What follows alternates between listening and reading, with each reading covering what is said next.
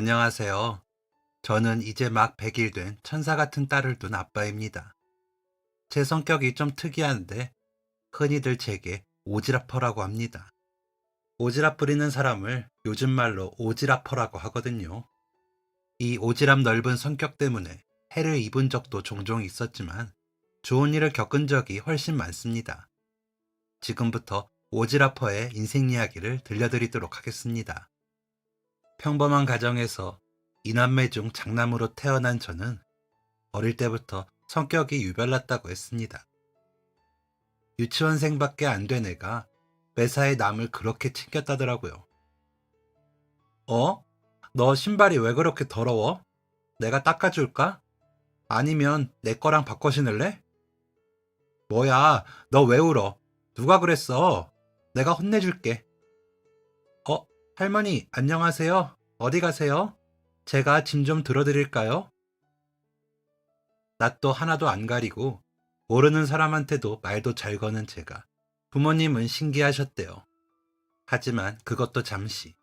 제가 너무나도 경계심이 없으니까 행여나 못된 사람한테 해코지라도 당할까 걱정이 되어서 한시도 눈을 뗄 수가 없었답니다. 착한 사람이건 나쁜 사람이건 마냥 좋다고 졸졸 쫓아갔으니까요.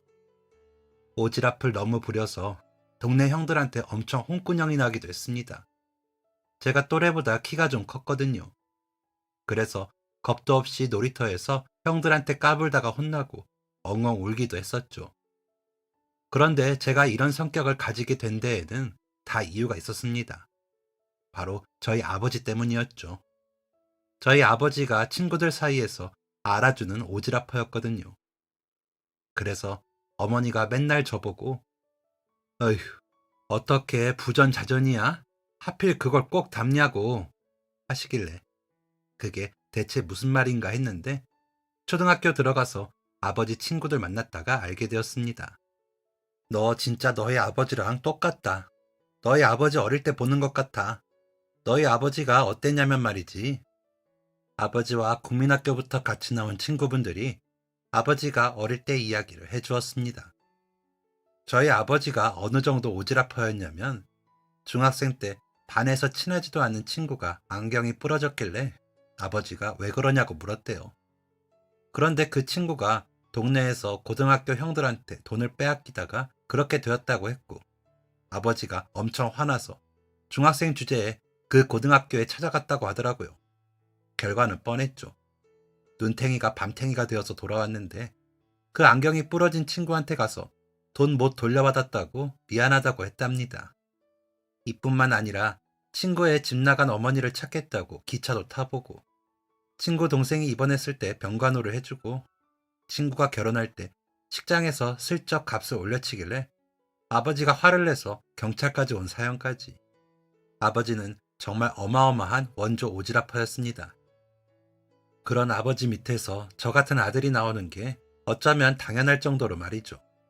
그래서인지 아버지는 한 번도 제가 오지랖을 부리는 것을 말리지 않으셨습니다. 그러면서 깨달을 거야.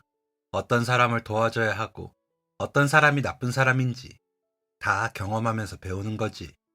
대신 돈은 절대 빌려주면 안 된다. 아버지가 친구들한테 돈 빌려줬다가 못 받은 적이 여러 번이거든요. 그것 때문에 어머니가 화병 나서 알아 누운 적만 여러 번이더라고요. 아버지는 절대 무슨 일이 있어도 돈은 빌려주면 안 된다고 신신당부를 하셨죠. 그 말만큼은 가슴에 새기고 여지껏 돈을 한 번도 빌려준 적이 없었습니다.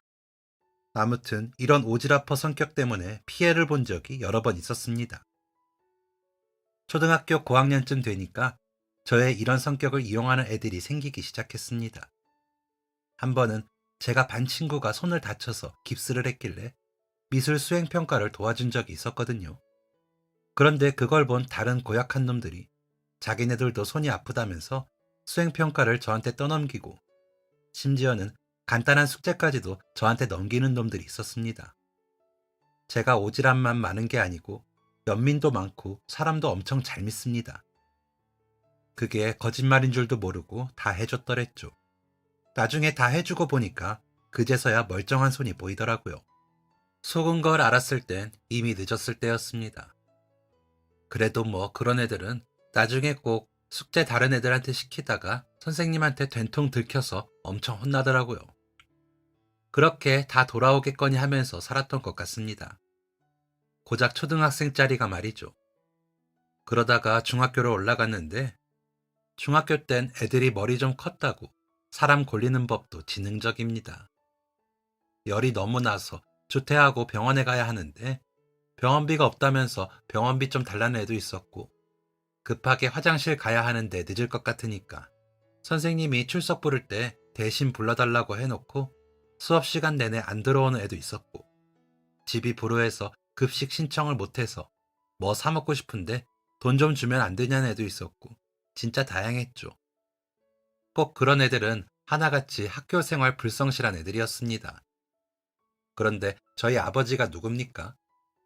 오지랖으로 돈 빌려주다가 어머니 화병까지 나게 한 사람이잖아요. 제가 다른 건 다 해줘도 돈은 절대 안 빌려줬습니다. 그러니까 점점 포기하는 애들도 하나둘 생기고 그랬죠 뭐.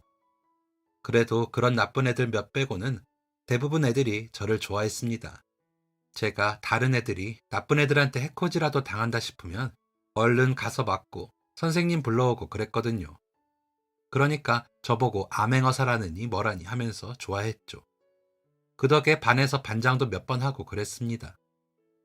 남한테 오지랖 부리면서도 반에서 상위권 정도 성적을 유지하던 저는 일반계 고등학교에 진학을 하게 되었습니다. 고등학교 가니까 상위권이었던 성적이 중위권으로 떨어져서 엄청 충격을 받았던 기억이 나네요. 남 챙기느라 내 성적은 못 챙겼구나 싶어서 고등학교 올라가서 학원을 다니게 되었습니다. 제가 다녔던 고등학교가 야간 자율학습이 필수인 곳이었거든요. 그런데 학원 다니는 애들이 부모님한테 사인 받아가면 야자 안 하고 학원에 갈 수 있었죠. 그래서 저는 학교 끝나고 매일 학원으로 향했습니다. 가기 전에 잠깐 집 들려서 어머니가 동글동글 말아두신 주먹밥 몇 개 입에 넣고 우유 한 팩 먹으면서 학원으로 향했죠. 그러고 학원에서 10시까지 공부하다가 집에 갔습니다. 제가 여동생하고는 2살 차이가 나거든요. 제가 막 학원 다니던 17살 때 동생은 중학생인 15살이었죠. 동생이 그림을 참 잘 그려서 매일 학교 미술부에서 늦은 시간까지 그림 연습을 하다가 집에 오곤 했습니다.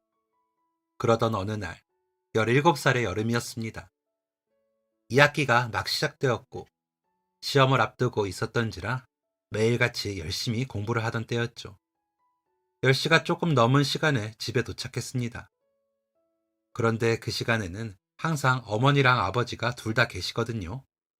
아버지는 직장인이셨는데 항상 6시에 퇴근하셔서 6시 반이면 집에 들어오셨고 어머니는 동생이 중학생 들어가고서부터 동네 마트에서 일을 하셨는데 4시 좀 넘어서 퇴근을 하셨습니다.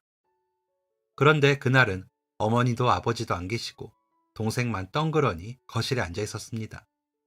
어? 엄마랑 아빠는 어디 가셨어? 몰라. 나도 들어온 지 얼마 안 됐어. 오빠한테 말 안 했어? 아무 말 안 하셨는데. 어딜 가셨다면 분명 아침에 말을 하셨을 텐데 아무것도 전해들은 게 없었습니다. 그 순간이었습니다. 아직 가방을 내려놓기도 전인데 집 전화가 울렸습니다. 어머니인가 보다 하고 전화를 받았죠. 역시나 어머니가 맞았습니다. 급한 일정이 생기셨나 보구나 생각을 하는데 어머니의 목소리가 좋지 않았습니다. 태경아, 집에 왔니? 태희도 왔고? 네, 엄마, 어디세요? 아빠도 안 들어오셨는데. 아빠 지금 엄마랑 있는데. 어머니의 목소리가 심하게 떨리더라고요. 전화기에 자세히 귀를 기울여 보니까 전화기 너머로 시끄러운 소리들이 들렸습니다. 무슨 일이 생긴 것이 틀림없다고 생각이 되었죠. 엄마, 무슨 일 있어요? 무슨 일 있는 거죠? 엄마, 지금 어디에 계세요? 어머니는 한참 동안 대답을 못하시고 흐느껴 울기만 하셨습니다. 그 울음소리가 너무 불안해서 동생도 저도 입을 꾹 닫고 어머니의 대답만을 기다리고 있었습니다. 그리고 어머니는 곧 떨리는 목소리로 병원이라고 하셨고 저는 가방을 집어던지고 곧장 동생과 함께 어머니와 아버지가 계시다는 병원으로 달려갔습니다. 수술실 앞에서 어머니는 덜덜 떨면서 울고 계셨습니다. 아버지가 퇴근을 하시던 중에 저희 동네 아파트에서 화재 사고가 난 것을 발견하셨나 봅니다. 소방차가 들어와야 하는데 불법 주차된 차들 때문에 한참 지연이 되고 있었고 4층에서 시작된 불길이 10층까지 번졌다고 하더라고요. 아파트 주민들이 다 나와서 발만 동동 구르고 있는데 아버지가 어디서 소화기를 가져와서 막 뿌려댔답니다. 그러다가 베란다에서 구조 신호를 보내는 어린아이들을 발견하게 되었고 아버지는 그 불길이 얼마나 위험한 줄도 모르고 뛰어들었다 하더라고요. 아파트 주민들의 말에 의하면 아버지는 새카맣게 잿더미가 되어서 아이들을 데리고 밖으로 나왔고 그대로 기절했답니다. 뒤늦게 도착한 구급차에 아버지는 곧장 병원으로 이송되었고 어머니가 집에서 연락을 받은 시간은 7시 정도. 어머니가 병원으로 달려갔을 땐 아버지는 이미 수술실 안으로 들어간 뒤였다고 했습니다. 뒤이어 병원에 도착한 소방관에 의해서 아버지가 사고 난 이유에 대해서 듣게 되었고요.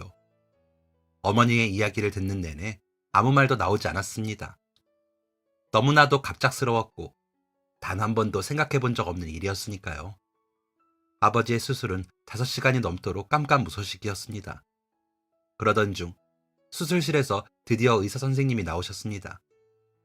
의사 선생님의 표정은 좋지 않았고 의사 선생님이 어렵게 꺼내는 이야기를 듣는 순간 갑자기 세상이 느려지는 듯 어지러운 기분이었습니다. 아버지가 세상을 떠났습니다. 발 넓은 아버지답게 장례식장엔 정말 많은 사람들이 와주었습니다. 그 중엔 아버지의 죽음을 가볍게 여기는 사람도 있었습니다. 그렇게 오지랖을 부리더니 결국 오지랖 부리다가 갈 줄 알았다니까. 그럼 어머니는 귀신같이 그 소리를 듣고 벌떡 일어나서 소금을 뿌렸습니다.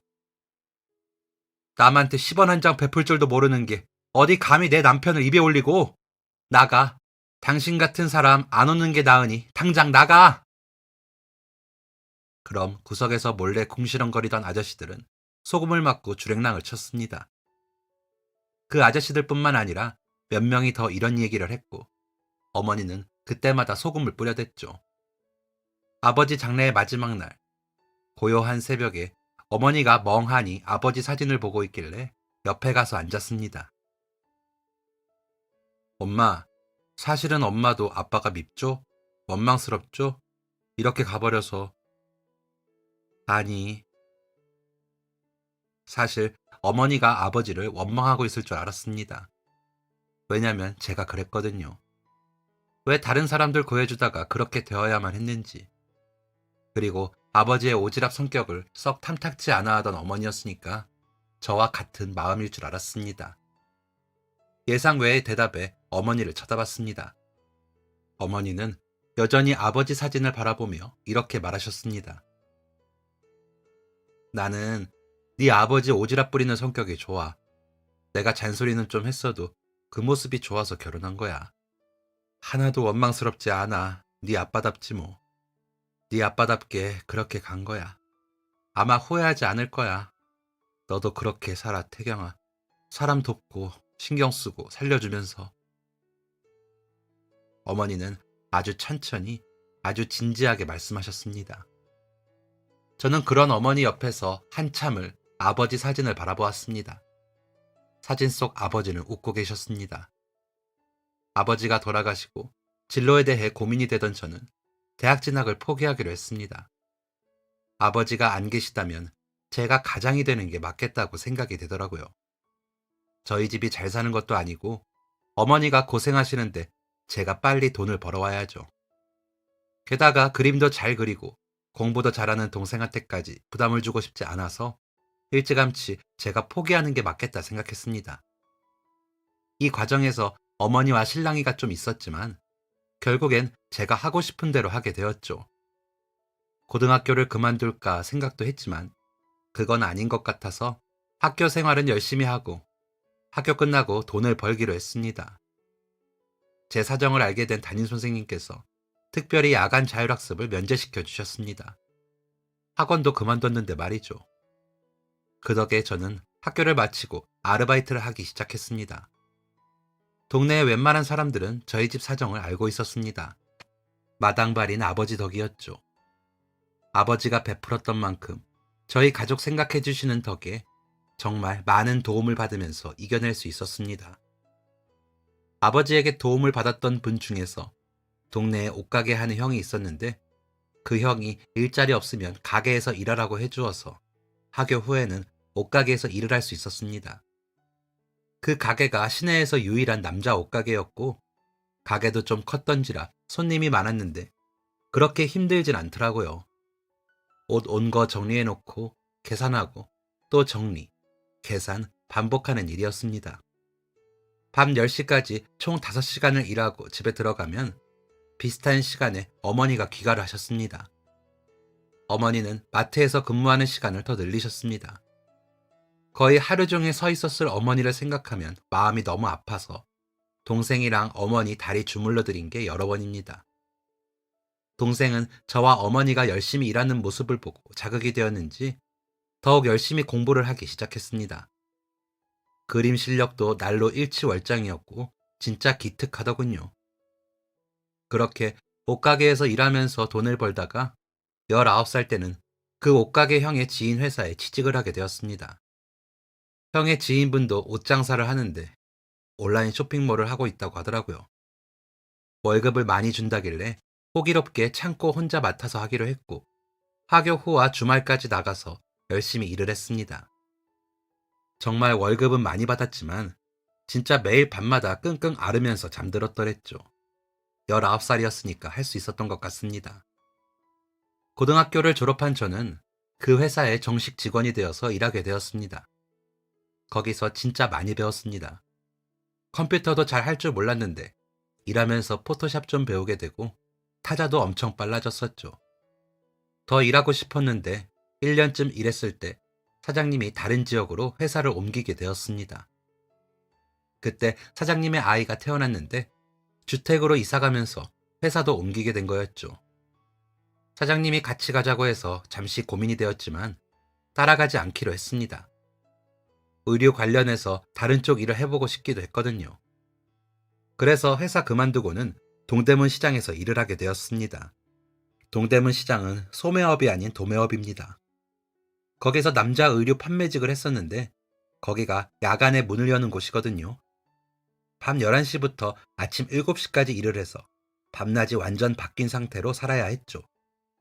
그래도 그때만큼 재밌게 일을 했던 적이 없던 것 같습니다. 제 또래의 사람들과 어울려서 일을 하는데 진짜 열정도 넘치고 뭐든 할 수 있을 것처럼 자신감도 넘쳤던 때였죠. 그리고 야간 일이라서 월급을 좀 많이 받아서 살림의 보탬이 되어서 더욱 좋았습니다. 여동생이 미대 입시 준비를 막 시작하던 때였는데 미술학원 비용이 상당하거든요. 제가 번 돈으로 여동생 입시 학원 보내주고 그랬습니다. 그렇게 2년을 동대문에서 일을 하면서 진짜 많은 사람들을 알게 되었습니다. 제가 누굽니까? 오지랖퍼잖아요. 여기저기 오지랖 부리고 다닌 덕에 좋은 인연이 많이 생겼었죠.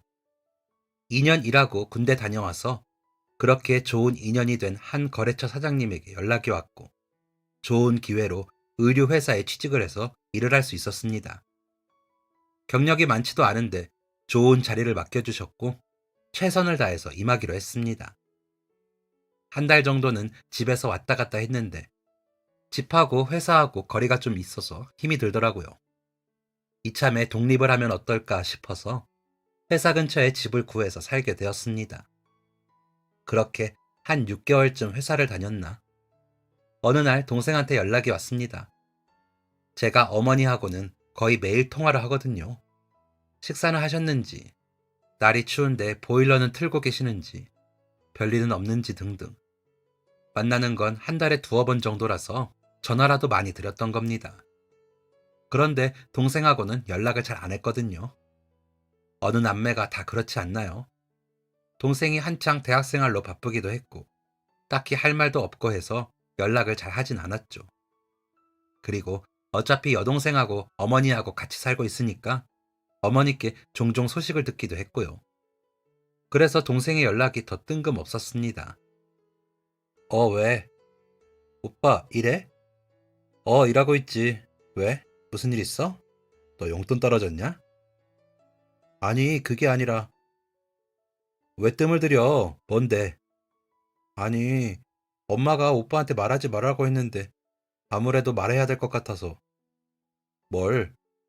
엄마, 암이래. 갑상선암. 뭐? 암? 너무 놀라서 회사 조퇴하고 어머니 집으로 달려갔습니다. 어머니랑 동생이 있더라고요. 어머니가 동생한테 왜 저한테 말했냐며 나무라시는 겁니다. 왜 제가 알면 안 되는 건지 서운하더라고요. 엄마, 왜 저한테는 말하지 말라고 하셨어요? 아니, 다른 것도 아니고 암이잖아요. 엄마, 제가 장남이에요. 아니, 괜히 너 신경 쓸까봐 그랬지. 요즘 갑상선 암은 암도 아니래. 수술하고 바로 일상 복귀한다더라. 흉만 조금 남지 별거 아니라던데 뭘. 그래서 그냥 말 안 하려고 했지. 엄마, 그래도 암은 암이에요. 병원에선 뭐래요? 수술 언제 하자는데요? 확실히 암은 맞대요? 다른 곳은 괜찮다고 했고요. 어느 병원 갔었어요? 아유, 태경아, 하나씩 물어봐. 안 되겠다. 얼른 옷 입으세요. 저랑 같이 병원에 가요. 괜찮다는 어머니를 모시고 병원으로 향했습니다. 이변 없이 어머니는 갑상선 암이 맞았고 일주일 뒤 수술 날짜를 잡게 되었습니다. 마음이 너무 안 좋더라고요. 착잡했습니다. 그리고 또 저를 착잡하게 했던 것은 바로 병원비였습니다. 병원비가 정말 비싸더라고요. 회사 생활 시작한 지도 얼마 안 된 저한테 부담이 되는 건 사실이었습니다. 군대 가기 전에 벌었던 돈도 독립하느라 다 쓰고 회사 월급으로는 어림도 없겠다 싶더라고요. 그래서 저는 투잡을 뛰기로 했습니다. 뭘 하면 좋을까 고민하다가 제가 사는 곳 바로 옆에 있는 작은 카페에서 주말 오전에 사람을 구한다는 공고를 보게 되었습니다. 시간도 아침 9시부터 오후 3시까지라서 딱 괜찮다고 생각이 되었고 마음먹은 그 주부터 바로 일하기로 했죠. 다행히 동생이 방학 기간이라 동생이 수술 마치고 집에서 쉬고 계시는 어머니를 돌봐드리기로 했습니다. 저도 시간 될 때마다 어머니 뵈러 가곤 했고요. 어머니 수술은 아주 잘 되었고 의사 선생님께서는 조금만 휴식을 취하면 일상 복귀가 가능하다고 하셨지만 저랑 동생이 절대 말렸습니다. 제가 좀 더 벌어서 생활비 보태드리면 되는 거였으니까요. 카페 아르바이트를 한 달 정도 했을 때였습니다. 카페 일은 처음이라 처음엔 엄청 허둥거렸는데 일이 재밌어서 금방 배울 수 있었습니다. 카페 사장님이 자녀들이 있으셨는데 주말 오전마다 자녀들하고 시간을 보낸다고 해서 저를 고용하신 거였습니다. 근무한 지 한 달쯤부터 사장님은 제가 퇴근할 때 들어오셨고 저는 오전 시간 동안 혼자 카페를 지키게 되었죠. 일요일은 손님이 거의 없이 한가했고 토요일은 토요일도 출근하는 직장인들로 오전부터 점심까지 꽤 바쁜 편이었습니다. 그런데 언제부터인가 일요일마다 아침 10시가 되면 카페에 오는 한 손님이 있었습니다. 긴 생머리에 피부가 하얀 손님이었습니다. 연핑크색의 상의가 잘 어울리고 웃는 모습이 정말 예쁜 분이었죠. 그 여자를 보는 순간 저는 첫눈에 반해버렸습니다. 매일 같은 시간에 와서 따뜻한 라떼 한 잔을 시키고 노트북이나 책을 읽으며 공부를 했는데 정말 너무 예뻐서 괜히 말을 더듬게 되고 영수증을 넘겨주는 손도 떨릴 정도였습니다.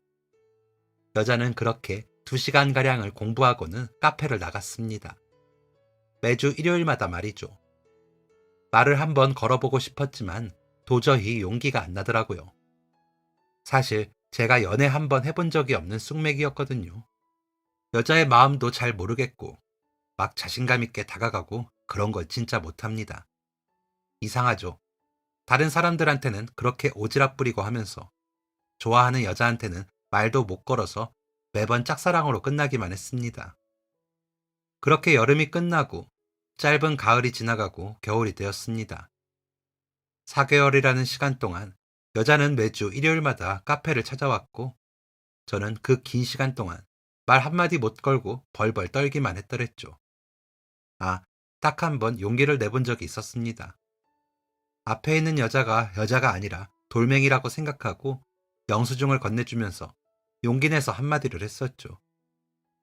나, 나, 날이 춥네요? 네? 아, 그러게요. 그리고 끝. 다음 말은 생각을 안 해뒀거든요. 그렇게 용기 있게 건넨 한마디는 그냥 한마디로 끝나버렸습니다. 그 다음부터는 다시 용기조차 못 내고 그저 매주 카페에 오는 여자를 지켜보기만 할 뿐이었죠. 그렇게 또 한 달이 지났고 하늘에서 눈이 내리던 추운 어느 날이었습니다. 제가 그맘때에 중고차를 한 대 뽑았습니다. 회사에서 일을 할 때 거래처 미팅을 많이 다녔거든요. 매번 사장님 차를 빌려서 타고 다녔는데 아무래도 차가 하나 있는 게 편할 것 같아서 하나 장만하게 되었습니다. 확실히 차가 있으니까 편하긴 하더라고요. 어머니 집도 더 자주 왔다 갔다 할 수 있었죠. 그날은 거래처 미팅을 갔다가 집으로 퇴근을 하던 중이었습니다. 눈길 운전은 처음이라서 천천히 운전을 하고 있었죠. 집에 거의 다 와가는데 집 근처 편의점 앞에서 한 노부부가 보였습니다. 노부부는 추위 때문에 덜덜 떨면서 서 계셨죠. 5분 뒤면 집에 도착하는데 이 오지랖 넓은 성격이 가만히 있기를 못했습니다. 저는 차를 세우고 창문을 내려서 노부부께 말을 걸어보았습니다. 추운데 여기서 뭐하고 계세요? 택시 기다리고 있습니다. 택시요? 택시 부르셨어요? 아니요. 기다리면 오지 않을까 해서요. 여기 택시 잘 안 잡히는 곳인데 어디 가시는데요? 저기 병원 좀 가려고요. 타세요. 여기 택시가 잘 안 잡힐 거예요. 추운데 제가 모셔다 드릴게요.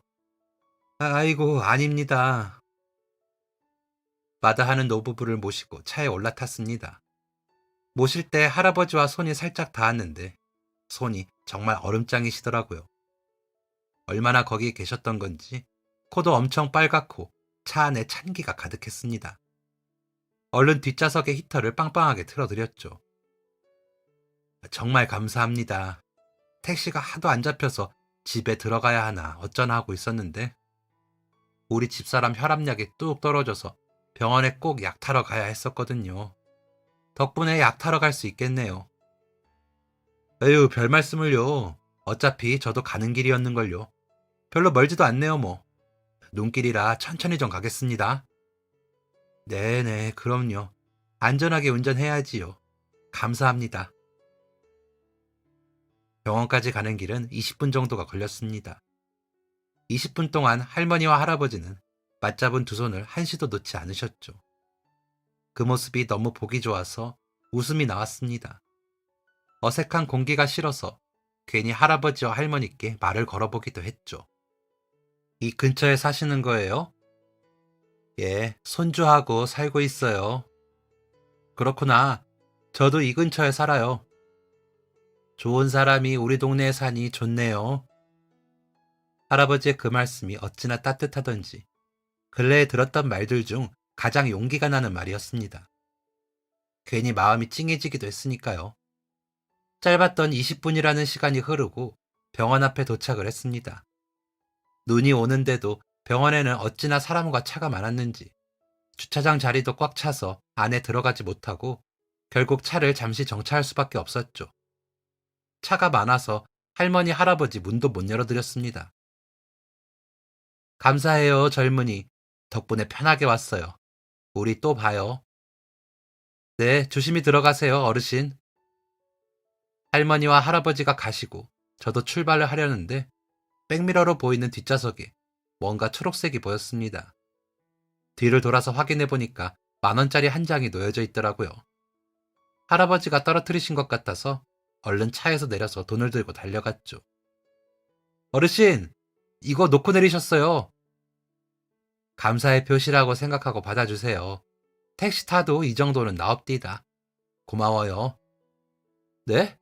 아니요. 돈 받으려고 모셔다 드린 거 아닌데요. 그때 정차되어 있던 제 차 뒤로 차들이 빵빵거렸고 할머니와 할아버지는 다시 병원으로 걸어가셨습니다. 하는 수 없이 다시 차를 타야만 했죠. 운전하는 내내 옆에 놓인 10,000원이 계속 신경이 쓰였습니다. 아직 할아버지의 체온이 남아있는 듯한 10,000원을 주머니에 꽂아놓고 차에서 내렸습니다. 집에서도 테이블 위에 10,000원을 펼쳐놓고 한참을 고민했습니다. 다음에 만나게 된다면 이 돈을 돌려드려야 하지 않을까? 그런데 다음에 만날 수나 있을까? 그 병원으로 다시 가볼까? 아니면 처음에 계셨던 그 편의점 앞을 서성거려 볼까? 그 10,000원을 그냥 받을 수가 없어서 별의별 생각을 다 한 것 같습니다.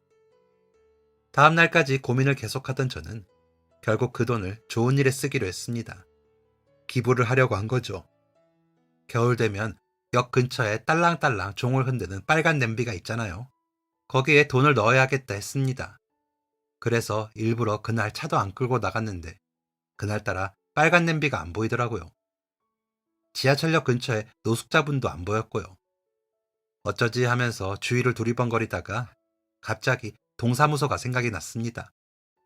이사 오면서 전입신고를 할 때 옆에서 어떤 사람이 기부를 한다고 했었던 걸 들은 기억이 났거든요. 그래서 저는 회사 점심시간에 시간을 내서 동사무소로 향했습니다. 그런데 동사무소에 들어서는 순간 저는 제 눈을 의심했습니다. 일요일마다 제가 아르바이트를 하는 카페에 오는 저의 짝사랑이 동사무소에 있더라고요. 그것도 동사무소 직원으로요. 제가 눈이 동그래져서 그 여자를 쳐다보고 있으니까 제 시선을 느낀 여자가 제 쪽을 보더니 깜짝 놀랐습니다. 어, 안녕하세요. 안녕하세요. 여기서 일하시나 봐요? 네, 맞아요. 무슨 일 때문에 오셨어요? 이거 돈이 갑자기 생겨서 기부 좀 하려고 하는데요. 자선 냄비가 하도 안 보여서 왔는데. 이쪽으로 주시면 돼요. 감사합니다. 네, 저도 감사합니다.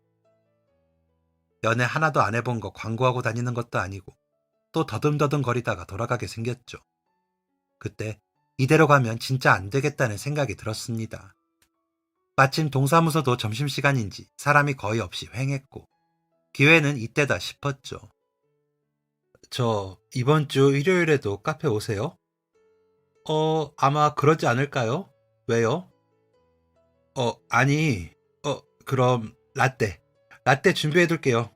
그럼 안녕히 계세요.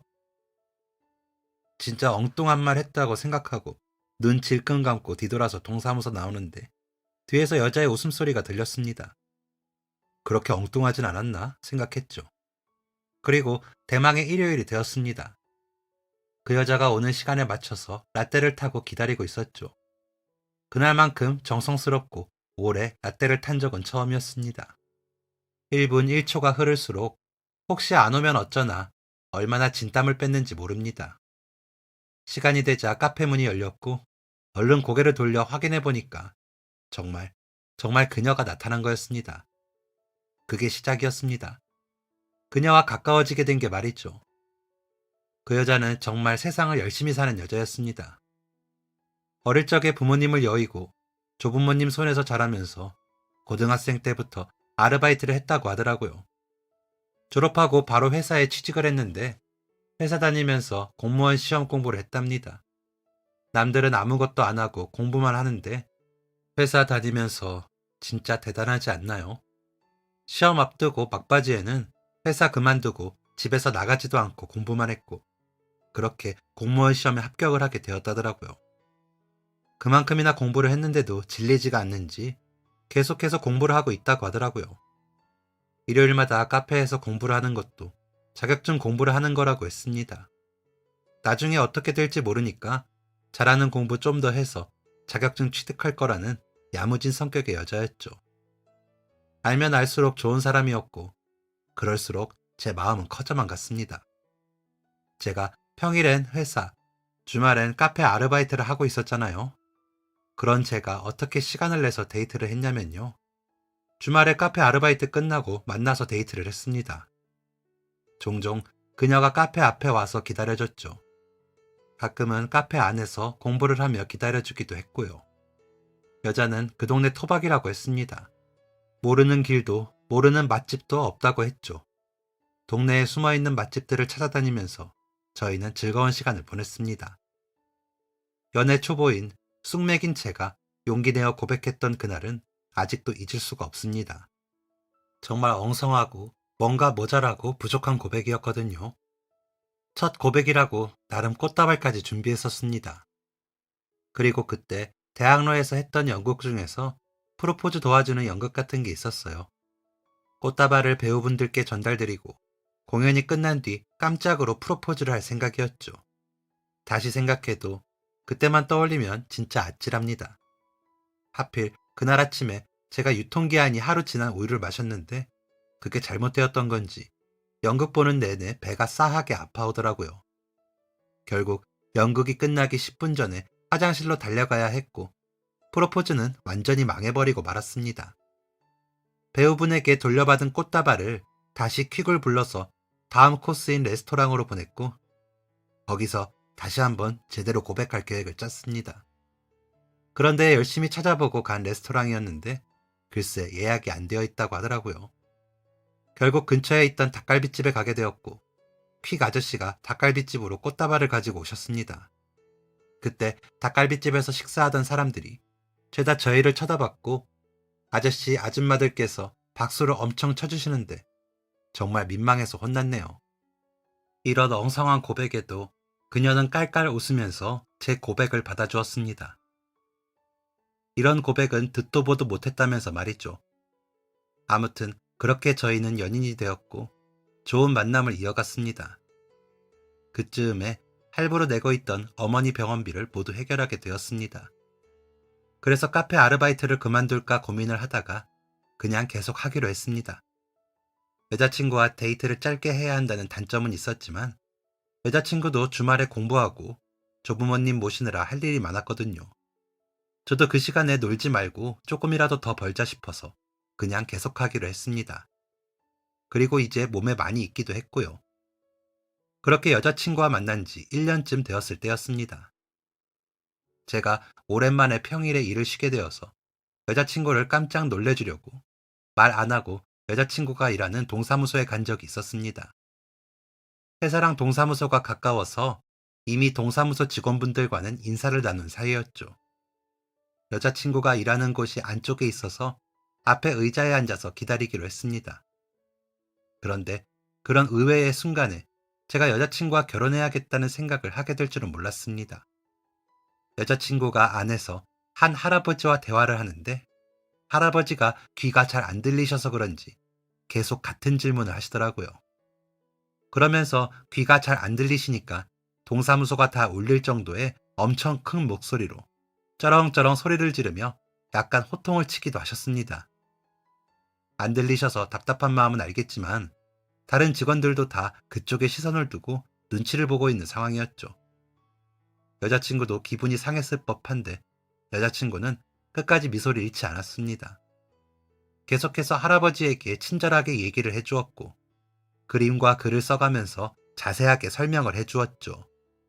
그 모습을 가만히 보고 있는데 여자친구가 너무 멋져 보였습니다.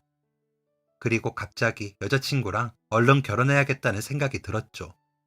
좀 뜬금없지만 그때 정말 그런 생각이 가득했습니다. 그래서 그날 밤에 여자친구와 밥을 먹으면서 넌지시 얘기를 꺼내봤습니다. 만약에 결혼하면 이렇게 저녁밥 밖에서 안 사 먹고 집에서 해 먹을 수 있겠다. 그치? 나 요리 되게 잘한다. 어? 그렇지. 아, 배부르다. 그만 일어날까? 벌써? 나 오늘 좀 피곤해서. 그래. 알겠어. 그런데 그 다음부터 제가 결혼 얘기를 꺼낼 때마다 여자친구가 대답을 잘 안 하고 상황을 피하려고 하더라고요. 처음엔 기분 탓인가 했는데 아니었습니다. 여자친구는 저와 결혼 이야기를 이어가지 않았죠. 여자친구가 저와 결혼하고 싶지 않은 건지 아니면 다른 이유가 있는 건지 마음이 너무 불안했습니다. 혼자 끙끙 앓다가 결국 여자친구에게 솔직하게 물어보기로 했죠. 있잖아, 나랑 결혼 안 할 거야? 응? 결혼? 갑자기 왜 또 결혼 얘기야? 얼른 주문이나 하자. 뭐 마실 거야? 커피? 말 돌리지 말고 왜 결혼 얘기만 나오면 피해? 나랑 결혼 안 해? 내가 싫어진 거야? 아니, 그런 거 아니야. 그럼 뭔데? 여자친구는 한참을 뜸을 들이더니 어렵게 입을 열었습니다. 내가 결혼하면 우리 할머니랑 할아버지는 어떡해? 나는 따로 못 살 것 같아. 내가 모시고 살고 싶어. 뭐? 그게 나랑 결혼을 망설이는 이유야? 나한테는 그만큼 우리 할아버지 할머니가 중요해. 내 손길도 많이 필요한 때이고. 나 평생 키워주신 분들인데 어떻게 나 몰라라 하고 결혼을 하겠어. 너 진짜 날 그 정도로밖에 생각 안 한 거야? 뭐? 당연히 모시고 살아야지. 어? 나는 할머니, 할아버지 당연히 모시고 살 생각이었는데 정 안 되면 바로 옆집이나 아랫집이나 아무튼 매일 뵐 수 있게 가까이에 있어야지. 그건 당연한 건데 그것 때문에 나랑 결혼을 망설였다고? 정말 그래줄 수 있어? 그래줄 수 있냐니 당연한 거 아니야? 여자친구가 조부모님에 대한 애정이 정말 남달랐거든요. 자기 자신보다도 조부모님을 더 먼저 생각하는 사람이었습니다. 사실 여자친구가 공부하던 사회복지사도 다 조부모님 때문에 공부를 하던 거였습니다. 할머니가 어떠신지, 할아버지가 어떠신지 자세하게 제게 얘기도 해주었고 두 분 다 연세가 많으셔서 보호자의 손길이 필요하셨었죠. 그래서 여자친구는 항상 조부모님을 먼저 생각하고 좋아하시는 음식이라도 발견하면 한알은 품에 안아 사가고 좋아하실 생각에 싱글생글 웃는 사람이었습니다. 그렇기에 저는 당연히 여자친구와 결혼한다면 여자친구의 조부모님을 모시고 살 생각이었습니다. 제 마음을 들은 여자친구가 눈물을 글썽이더라고요. 너무 고맙다면서 말이죠. 여자친구의 가족까지 사랑하는 게 제게는 어렵지 않았습니다. 그만큼 여자친구를 사랑했으니까요. 드디어 서로의 마음을 확인한 저희. 먼저 여자친구의 조부모님을 뵙기로 했습니다. 1년 동안 만나면서 한 번도 뵌 적이 없었거든요. 집에 바래다 주면서도 한 번도 마주친 적도 없었죠. 어떤 분들이실까 정말 궁금했습니다.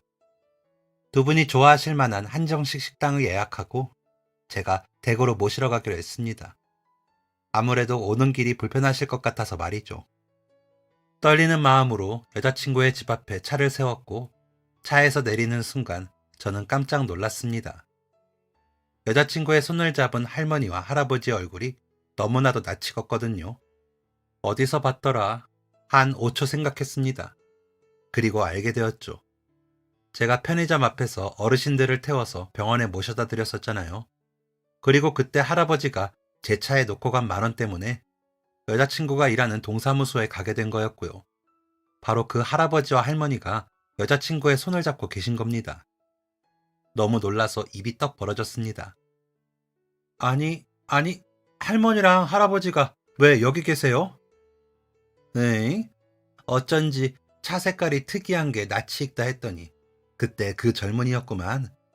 그 젊은이랑 우리 손녀딸이랑 만나는 거구만. 잘 됐네. 잘 됐어. 아니, 지금? 어떻게 이런 일이. 할아버지와 할머니가 허허 웃으셨고 저는 놀라서 말도 안 나왔습니다. 어리둥절한 여자친구에게 사연을 이야기해 주었더니 어떻게 그럴 수가 있냐고 너무 신기하다고 하더라고요. 그러니까 따져보면 여자친구와 제가 가까워질 수 있었던 게 다 할아버지 할머니 덕이잖아요. 무슨 이런 우연이 다 있는지. 저의 오지랖 넓은 성격이 그렇게 고마웠던 적은 처음이었습니다. 그 덕에 긴장되었던 식사자리는 너무나도 즐거운 식사자리가 되었더랬죠. 그런 신기한 우연을 알아차린 지 5개월 뒤 저희는 결혼식을 올리게 되었습니다. 제 혼주석엔 어머니와 여동생이, 여자친구의 혼주석엔 조부모님이 자리를 채워주셨죠. 제 결혼식에 와준 저의 수많은 인연들을 보며 참 마음이 풍요롭다는 생각이 들더라고요. 아버지가 그렇게 사셨던 것처럼 저도 많은 사람들과 좋은 인연을 가지며 잘 살았구나 하는 생각이 들어 뿌듯했습니다. 여자친구에서 아내가 된 이 멋진 여자와 저는 지금 막 100일이 된 천사 같은 딸과 매일을 씨름하고 있습니다. 아기 키우는 게 진짜 쉬운 일이 아니더라고요. 매일 쪽잠을 자고 살림과 육아를 하면서 아내와 전우애를 나누고 있는 중입니다. 또 저희와 함께 육아를 함께 해주시는 분들이 계신데 바로 아내의 할머니와 할아버지입니다. 결혼 준비하면서 신혼집 알아볼 때 조부모님과 함께 살 큰 집들을 알아보고 있었거든요. 그러다가 넓은 평수의 구축 주택을 발견하게 되었고 리모델링해서 조부모님 모시고 살게 되었습니다. 사실 주택은 관리하는 게 힘들까봐 아파트를 들어가고 싶었는데 지금은 정말 만족하면서 살고 있습니다. 집에 작은 마당도 있어서 얼마나 예쁜지 몰라요. 날 좋은 날엔 마당에서 다 같이 고기도 구워 먹고 아내랑 나란히 앉아서 책도 읽곤 합니다. 곧 이 마당에서 저희 딸이 아장아장 걷는 순간이 오겠죠. 얼른 그날이 오면 좋겠네요. 저는 아직도 오지랖이 넓은 오지랖퍼입니다. 아내가 저한테 그러더라고요. 오지랖이 넓은 게 아니라 정이 많아서 그런 거라고요. 그런 말을 들으니까 저는 이런 저의 성격이 더 좋아졌습니다. 누구는 성격 좀 고쳐라, 왜 그러고 다니냐 라고들 하지만 이런 제 성격 덕에 지금의 가족들도 만날 수 있게 되었고 좋은 직장에서 대우도 잘 받으면서 일하게 되었습니다. 아주 가끔 이런 제 성격을 이용하려는 사람들도 있지만 제가 그렇게 호락호락하지가 않거든요. 지금까지는 문제없이 잘 이겨내고 있습니다. 앞으로도 그럴 거고요. 그러니까 저는 저의 이 오지랖 넓은 성격 안 고치고 그냥 살려고 합니다. 저희 아버지가 그랬던 것처럼요. 여러분도 괜히 다른 사람들 눈치 보지 마시고 하고 싶은 거 다 하고 부리고 싶은 오지랖 다 부리고 사셨으면 합니다. 요즘 세상이 너무 개인주의잖아요. 오지랖 부리는 사람도 좀 있어야 숨통이 트이지 않을까요? 그럼 모두 행복하고 건강하시길 바라며 이만 인사드리겠습니다. 감사합니다. 지금까지 사연 들어주셔서 감사합니다. 사연이 재밌으셨다면 구독과 좋아요를 눌러주세요. 감사합니다. 안녕히 계세요.